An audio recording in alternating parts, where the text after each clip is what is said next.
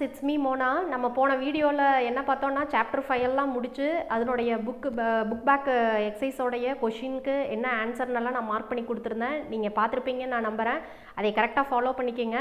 கண்டிப்பாக நீங்கள் நான் சொன்ன மாதிரி மார்க் பண்ணி படித்தீங்கன்னா நிச்சயமாக உங்களுக்கு ஃபுல் மார்க் கிடைக்கும். அதனால் அதை கரெக்டாக ஃபாலோ பண்ணிக்கோங்க. ஓகே, நம்ம நெக்ஸ்ட்டு சாப்டர் போகலாமா? நெக்ஸ்ட் சாப்டர் என்னது? 6th சாப்டரில் கண்ட்ரோல் ஸ்ட்ரக்சர்ஸ். சரி, கண்ட்ரோல் ஸ்ட்ரக்சர்ஸ் அப்படின்னா என்ன மீனிங் அப்படின்னா, அதாவது ஒரு ப்ரோக்ராம் இருக்குதுன்னு வைங்க. அந்த ப்ரோக்ராமோடைய கண்ட்ரோலை நம்ம இஷ்டத்துக்கு தகுந்த மாதிரி நம்ம என்ன பண்ணிக்கலாம் அப்படின்னா எக்ஸிக்யூட் பண்ண வைக்க முடியும். ஓகேவா? அதனால தான் அதுக்கு பேரே என்னென்னா கண்ட்ரோல் ஸ்ட்ரக்சர்ஸ். கண்ட்ரோல் ஸ்ட்ரக்சர்ஸோடைய உங்களுக்கு மெயின் டெஃபினிஷனே என்னன்னு பார்த்தீங்கன்னா, இது ரொம்ப இம்பார்ட்டண்டான டெஃபினிஷனு. அதனால் கம்பல்சரி நீங்கள் தெரிஞ்சு வச்சுக்கோங்க. எ program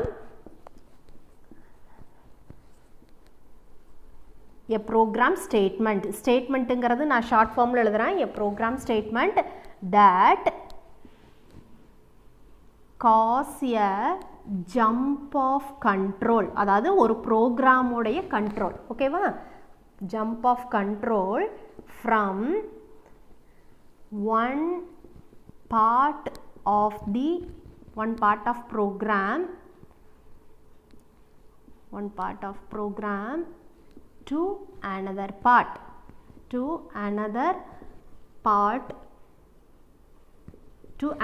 of the program is called, என்ன சொல்லலாம் நம்ம இப்போ நான் ஷார்ட்டில் முடிச்சிட்டேன், to another part of the program. Okay, to another part of the program is called as the என்னன்னா கண்ட்ரோல் ஸ்ட்ரக்சர்ஸ் அல்லது கண்ட்ரோல் ஸ்டேட்மெண்ட்டுன்னு சொல்லலாம். ஓகே, இப்போது அப்படின்னா இந்த டெஃபினிஷன் வந்து கம்பல்சரி ஒவ்வொரு ஸ்டூடெண்ட்டும் தெரிஞ்சிருக்கணும். கண்ட்ரோல் ஸ்ட்ரக்சர்னா என்ன, கண்ட்ரோல் ஸ்டேட்மெண்ட்னா என்ன. கண்ட்ரோல் ஸ்ட்ரக்சர் தான் இன்னொரு நேம் கண்ட்ரோல் ஸ்டேட்மெண்ட். ஓகே, சரி, ஒரு ப்ரோக்ராமோடைய கண்ட்ரோலை நம்ம என்ன பண்ணுறோம் அப்படின்னா ஒரு இடத்துல இருந்து இன்னொரு இடத்துக்கு ஜம்ப் பண்ணி விடுறோம். அதாவது நம்மளுடைய அவுட்புட்டுக்காக நம்ம இஷ்டப்படி நம்ம என்ன பண்ணிக்கலாம் அப்படின்னா அதை எக்ஸிக்யூட் பண்ண வைக்க முடியும். ஸோ அந்த மாதிரி இருக்கக்கூடிய ஸ்ட்ரக்சர்ஸ்க்கு பேர் தான் என்னென்னா கண்ட்ரோல் ஸ்ட்ரக்சர்ஸ். இதனுடைய டைப்ஸ் பார்த்தீங்க அப்படின்னா ஃபஸ்ட்டு டைப்பை என்னன்னு சொல்லுவாங்கன்னா சீக்வென்ஷியல் அப்படின்னு சொல்லுவாங்க. சீக்வென்ஷியல். ஓகே, செகண்ட் டைப் என்ன சொல்லுவாங்க அப்படின்னா ஆல்டர்னேட்டிவ்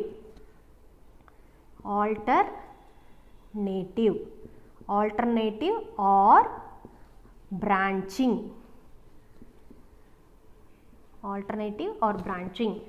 தேர்ட் ஒன் என்ன சொல்லுவாங்க அப்படின்னா iteration or looping. Okay, iteration or looping. சரி, இப்போ இந்த 3 இதுலேயே பார்த்தீங்க அப்படின்னா இந்த 3 டைப்ஸ்லேயும் ஒவ்வொரு டைப்பாக நான் சொல்கிறேன். சீக்வென்ஷியல்னா என்ன அப்படின்னு சொல்கிறேன்.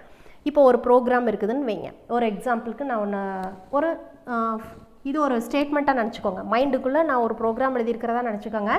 இது ஒரு ஸ்டேட்மெண்ட் 1 2 3 4 5. ஓகேவா?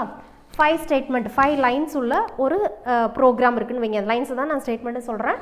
ஸோ ஒரு 5 ஸ்டேட்மெண்ட் 1 2 3 4 5.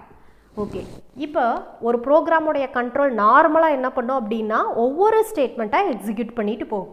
இப்போ பார்த்தீங்க அப்படின்னா ஃபஸ்ட்டு ஸ்டேட்மெண்ட்டை எக்ஸிக்யூட் பண்ணுது, second statement, third statement, fourth statement, fifth statement, line by லைனாக என்ன பண்ணிட்டு போகும் அப்படின்னா எக்ஸிக்யூட் பண்ணிட்டு போகும். அதாவது ஒன் ஆஃப்டர் அனதர்.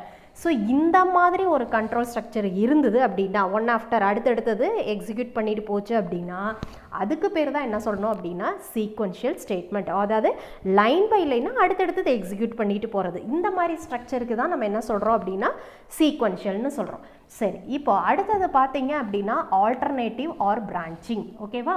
இப்போ செகண்ட் டைப் எப்படி இருக்கும் அப்படின்னா உங்களுடைய அவுட்புட்டுக்காக சில கண்டிஷன் பேஸில் நீங்கள் என்ன பண்ணுவீங்கன்னா ப்ரோக்ராமை ஒவ்வொரு இந்த சைடு ஒரு பார்ட் அந்த சைடு ஒரு பார்ட் அப்படின்னு பிரிப்பீங்க.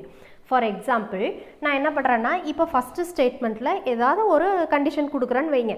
இப்போ for example if A is greater than B அப்படின்னு ஒன்று எழுதியிருக்கிறேன். ஏதோ ஒரு ஸ்டேட்மெண்ட் எழுதியிருக்கேன்னு வச்சுக்கோங்க. இதையே ஒரு நம்ம ஃப்ளோ சார்ட்லையெல்லாம் போடுவோம் தெரியுமா? இந்த மாதிரி கண்டிஷன் பேசிஸில் இருக்கிறதுக்கு நம்ம என்ன பண்ணுவோம், இந்த மாதிரி நம்ம சிம்பிள்ஸ் வரையும்ல, அந்த மாதிரி நான் இப்போ உங்களுக்கு புரியறதுக்காக நான் இது பண்ணுறேன். If A is greater than B அப்படின்னு ஒரு ஸ்டேட்மெண்ட்டை நான் எழுதியிருக்கேன்னு வைங்க. இது ட்ரூவாக இருந்துச்சுன்னா இந்த ஸ்டேட்மெண்ட்டெல்லாம் ஒர்க் ஆகணும்னு அர்த்தம். ஓகேவா? சும்மா இங்கே ஸ்டேட்மெண்ட் இருக்கிறதா நினச்சிக்கோங்க. ஃபால்ஸாக இருந்துச்சு அப்படின்னா இந்த மாதிரி ஸ்டேட்மெண்ட் இருக்கிறதா ஒர்க் ஆகணும்னு நினச்சிக்கோங்க.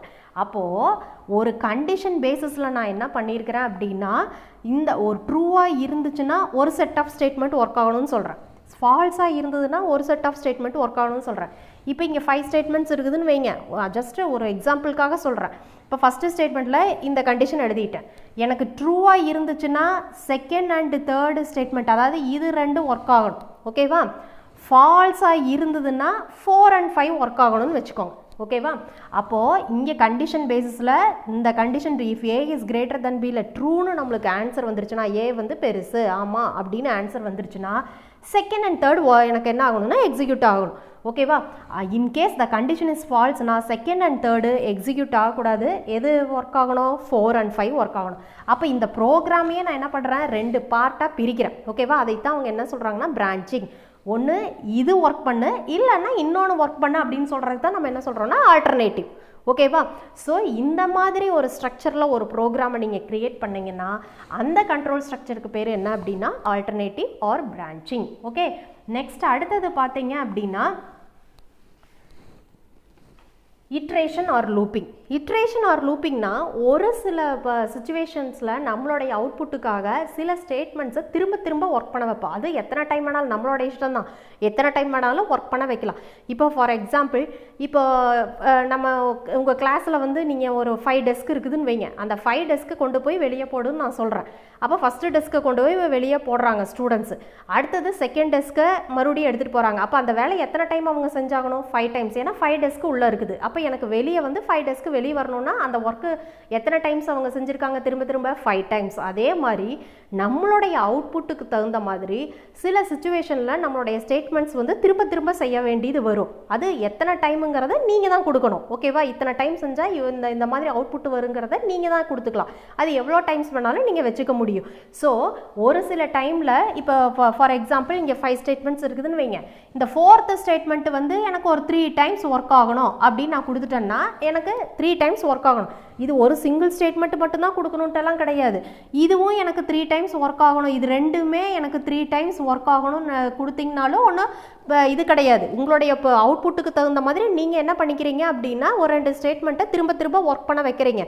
எவ்வளோ டைம் ஒர்க் பண்ணணும் அப்படின்னு சொல்கிறதும் நீங்களாக தான் இருக்கும். ஓகேவா? ஒரு ப்ரோக்ராமில் அப்போது ஒரு குறிப்பிட்ட சிச்சுவேஷன்ஸில் நம்ம என்ன பண்ணுறோம் அப்படின்னா சிங்கிள் ஸ்டேட்மெண்ட்டாக இருந்தாலும் சரி அல்லது குரூப் ஆஃப் ஸ்டேட்மெண்ட்டாக இருந்தாலும் சரி திரும்ப திரும்ப நம்ம என்ன பண்ண வைக்கிறோம்னா எக்ஸிக்யூட் பண்ண வச்சு நம்மளுடைய அவுட்புட்டை கொண்டு வரோம். அது எத்தனை டைம் திரும்ப திரும்ப ஒர்க் பண்ணணுங்கிறத நம்ம தான் கொடுக்கணும். ஓகேவா? ஸோ அந்த மாதிரி இருக்கக்கூடிய கண்ட்ரோல் ஸ்ட்ரக்சருக்கு பேர் தான் என்னன்னா இட்ரேஷன் ஆர் லூப்பிங். ஓகேவா? ஸோ இதுதான் என்ன அப்படின்னா உங்களுக்கு மெயினாக வந்து கண்ட்ரோல் ஸ்ட்ரக்சர்ஸ். கண்ட்ரோல் ஸ்ட்ரக்சர்னா ஒரு ப்ரோக்ராமோடைய கண்ட்ரோலை என்ன பண்ணுறோம் அப்படின்னா ஒரு இடத்துல இருந்து இன்னொரு இடத்துக்கு நம்ம என்ன பண்ண வைக்கிறோம்னா ஜம்ப் பண்ணி எக்ஸிக்யூட் பண்ண வைக்கிறோம். ஓகேவா? அது எந்த மாதிரி டைப்பில் நார்மலாக பார்த்தீங்கன்னா லைன் பை லைனாக ஒர்க் ஆச்சு அப்படின்னா ஒரு ப்ரோக்ராம் ஸ்டேட்மெண்ட் வந்து அதுக்கு பேர் என்ன சொல்கிறோம்? சீக்வென்ஷியல். அதையே நம்ம வந்து பிரான்ச்சிங்காக பிரித்து ஒர்க் பண்ண வச்சோம் அப்படின்னா ஒரு இந்த சிச்சுவேஷனில் இந்த ஸ்டேட்மெண்ட் ஒர்க் பண்ணு, இல்லை இந்த சிச்சுவேஷனில் இந்த ஸ்டேட்மெண்ட் ஒர்க் பண்ணு, அப்படி அந்த மாதிரி நம்ம பிரான்ச்சிங்காக பிரித்து பண்ணோம்னா alternative or branching. Iteration or லூப்பிங்னா என்ன பண்ணுறோம்? நம்ம சில செட் ஆஃப் ஸ்டேட்மெண்ட்டோ அல்லது சிங்கிள் ஸ்டேட்மெண்ட்டாக இருந்தாலும் சரி செட் ஆஃப் ஸ்டேட்மெண்ட்டாக இருந்தாலும் சரி என்ன பண்ணுறோம் அப்படின்னா திரும்ப திரும்ப ஒர்க் பண்ண வைக்கிறோம். ஓகேவா? அவங்க எத்தனை டைம் ஒர்க் பண்ண வைக்கணுங்கிறத நீங்கள் கொடுத்துடலாம். ஓகேவா? எவ்வளோ டைம் ஒர்க் பண்ண வைக்கணுங்கிறது. ஸோ அந்த மாதிரி நம்ம திருப்பி திருப்பி ஒர்க் பண்ண வைக்கிறோம் சில ஸ்டேட்மெண்ட்ஸை. அந்த மாதிரி இருக்கக்கூடிய கண்ட்ரோல் ஸ்ட்ரக்சர்ஸ்க்கு பேர் தான் என்னென்னா இட்ரேஷன் ஆர் லூப்பிங். இதுதான் என்ன அப்படின்னா கண்ட்ரோல் ஸ்ட்ரக்சருடைய மீனிங். இது எந்த லாங்குவேஜாக இருந்தாலும் இதுதான் மீனிங்கு. இது எல்லா லாங்குவேஜுக்கும் பொதுவானதான். இந்த மீனிங் வந்து இந்த கான்செப்ட் வந்து எல்லா லாங்குவேஜுக்கும் பொதுவானதான். இப்போ பைத்தான்லையும் இதே மீனிங் தான் கொடுத்துருக்காங்க. இந்த பைத்தானில் இந்த கண்ட்ரோல் ஸ்ட்ரக்சர்ஸு எப்படி ஒர்க் பண்ணுறாங்க, அதுக்கு என்னென்ன ஸ்டேட்மெண்ட்ஸ் யூஸ் பண்ணுறாங்க, அதுக்கு நம்ம எப்படியெல்லாம் சின்டாக்ஸ் நம்ம போட்டு ஒர்க் பண்ண வைக்கணுங்கிறத நம்ம நெக்ஸ்ட் வீடியோவிலேருந்து நம்ம பார்க்கலாம். ஓகே ஸ்டூடெண்ட்ஸ், நீங்கள் வந்து நான் சொல்லி ஒவ்வொரு சாப்டரும் நான் ஒவ்வொரு கான்செப்டையும் நடத்தக்கூடியதை நல்லா கவனிங்க. அதே மாதிரி புக் ஆன்சர்ஸ் நான் கொடுத்தாலும் நல்லா கவனித்து அதை ஃபாலோ பண்ணி படிங்க. உங்களுடைய ஃப்ரெண்ட்ஸ்க்கும் ஷேர் பண்ணுங்கள். அடுத்தது சப்ஸ்கிரைப் பண்ண சொல்லுங்கள். நீங்கள் ஏதாவது கமெண்ட்ஸில் எங்கிட்ட வந்து ஏதாவது டவுட் கேட்டாலும் நான் என்ன பண்ணுறேன்னா கண்டிப்பாக கிளியர் பண்ணுவேன். ஸோ நல்லா படித்து நீங்கள் கண்டிப்பாக சென்டம் எடுக்கணுங்கிறக்காக தான் இந்த சேனலே நான் ஆரம்பிச்சிருக்கிறேன். சென்டமும் எடுக்கணும், அட் த சேம் டைம் நீங்கள் கண்டிப்பாக நீங்களே ப்ரோக்ராம் பண்ணணும் அப்படிங்கிறதுக்காக தான், புரிஞ்சு படிக்கணும் அப்படிங்கிறதுக்காக கண்டிப்பாக நீங்கள் உங்கள் ஃப்ரெண்ட்ஸ்க்கும் ஷேர் பண்ணுங்கள். உங்களுடைய கமெண்ட்ஸையும் சொல்லுங்கள். Thank you students.